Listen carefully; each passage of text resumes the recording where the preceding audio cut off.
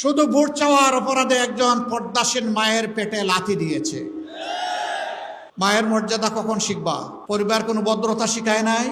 সবাই তো একজন মায়ের পেট থেকে দুনিয়া এসেছি। আমি তাদের প্রতি অনুরোধ করব, আগে নিজের মাকে সম্মান করতে শেখো, নিজের বোনকে সম্মান করতে শিখো, নিজের প্রিয়তমা স্ত্রীকে সম্মান করতে শিখো, নিজের মেয়েকে সম্মান করতে শিখো।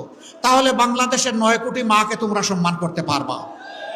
কিন্তু যদি এই কাজ অব্যাহত রাখেন তাহলে মনে রাখবেন, স্বৈরশাসকের গুলিকে যারা পরোয়া করে না, সেই মায়ের সন্তানেরা মায়ের কোনো অপমান সেইভাবে সহ্য করবে না।